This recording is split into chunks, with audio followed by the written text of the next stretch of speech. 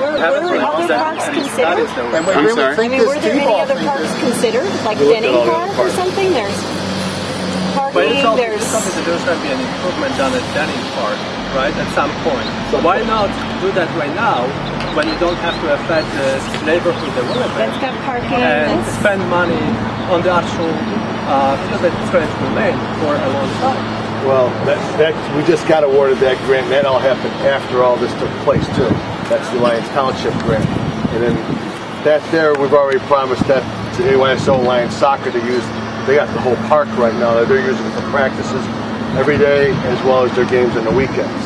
So to put a baseball field there now. We have the same situation here. You have AYSO, you have baseball, you have basketball. You know, this park is full. You're adding traffic. You're not adding parties. And you know, we feel like we're pushed away to the street that's going to be under construction for the next few months. Have you thought about that during the decision making? I can't say we thought about construction on the street. If I can touch on the safety aspect for a minute. My name's Jim Palermo, and I'm on the village board. And I will take all of your concerns about the traffic as well as the safety to the chief of police, as well as the board and the village manager. And we can learn what we might be able to do to reduce the congestion to the extent. By all means. Put in pedestrian crosswalks so if people do have to park north of 47th, it's not terrible. Like maybe that would ease some of the congestion here. If we do the no parking on the housing side of the streets right around the park, they could just go up north, and if there's pedestrian crosswalks, it's not a pain to cross. This street is really terrible to cross. Yes, and the pedestrian crosswalk is already being discussed for Waiola. With the flashing lights like we did back in the fall at 8th Avenue or 9th Avenue, and there's an additional one on Grange and 52nd Street as well. But that would kind of be, you would be able to push traffic and still be close. Yes, and we are evaluating the efficacy of 9th and 47th Street. That cost about $80,000 to do that crossing with the flashing lights. Slap a little paint, right? Well, it's not quite as simple as that. You do need permission from IDOT, and it's a. Had permission. Wasn't there something in the paper last fall saying that we were getting a crosswalk, and then there was a light crosswalk going in? I mean, isn't it already approved? I don't know if the decision has been made to actually do it on account of the cost. As I say, $80,000 to do the flashing yellows. Well, according to the papers, it said we wouldn't get a flashing light. It just said that we were getting a crosswalk and they were getting the flashing yellows. But as you see, the crosswalk's not even running yet. Well, I will consult with the village manager to see exactly where we are on that topic. But this isn't my meeting. It's Tom and Dean's meeting. Tell me whether there's a mountain of sand in the official diamond over here. Because they were going to use it for this field, but we stopped it. They were going to put a field in. I understand that, but why did you decide to plop it right at home base? Why is it?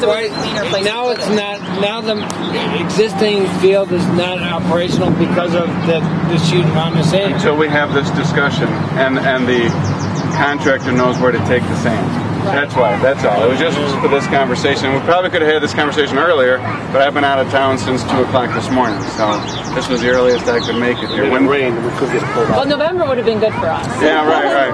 I understand. I would just like to reiterate that I do feel a lot better about the park, the backstop in that space of this park, and I know you're concerned about safety, but listen, we're concerned about safety too, and I wouldn't mind if there were another 50 or 60 families to slow down on 47th Street. Because, we're all playing in this park. You gotta make them opposite. Trying to find a balance here. But you're saying, well, it's not safe for the little kids, but it's safe for us. Right, and we're here more. Well, understand that it was never our intent in asking for this field to say that, we're trying to push families so they go play by 47th Street.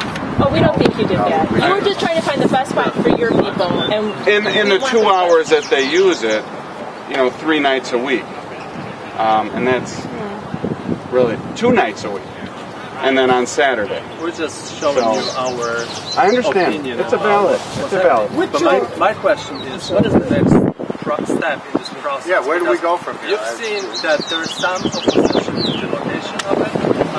In addition, there's some opposition to the fact that there's going to be an additional field and not release from the current activities. Where do we go from now? I mean, you have a deadline. Once you start the games, you missed the step of informing everybody what's going to happen, and that's why you're sort of late in the game to do it right now. But I would not like to see that you listen to us and you install that field where it is right now. I will tell you that in terms of, we've been through 2 changes to parks. One was Sedgwick and one was Gilbert Park. And with Sedgwick, we had asked the Park District to put in lights, and there were hearings, and the neighbors came, and we understood that there was concern because it would change, the activity, timing of the park, and everyone's always concerned when there's nighttime activities. And I think if you went and asked all of those neighbors now, after 1 year, how did the lights go, they would say that we were excellent neighbors to them, and it was an A+ year. When we did Gilbert Park and we turned the fields, the north field probably didn't matter to anybody because it was still towards the warming house and no one's house is there. The south field, though, is at Elder Lane. And so the backstop itself would back up to Elder Lane. So those homes, if you will, that had unobstructed views could have voiced a concern. No one ever did. And so in terms of, the Little League not coming out and giving you a flyer or something, it's probably based on that history because there was not... I completely disagree with that, and I'll tell you why. The workers that were here, getting out of them what they were here doing, it was like pulling teeth. They are delivering the sand right across the street from my house. I asked them what the sand was for. They told me it was for that field. I said, but you fixed that field last summer. Why would you be putting more sand there? Well, and he said, well, we can't drive the trucks on the grass. I said, what I'm asking you has nothing to do with the trucks. It has to do with why are you bringing more sand? I said, why wouldn't you deliver it to that side? He goes, because we're putting in another diamond. And then he gave up and walked away. And other people had the same experience with the guys that were here with the equipment.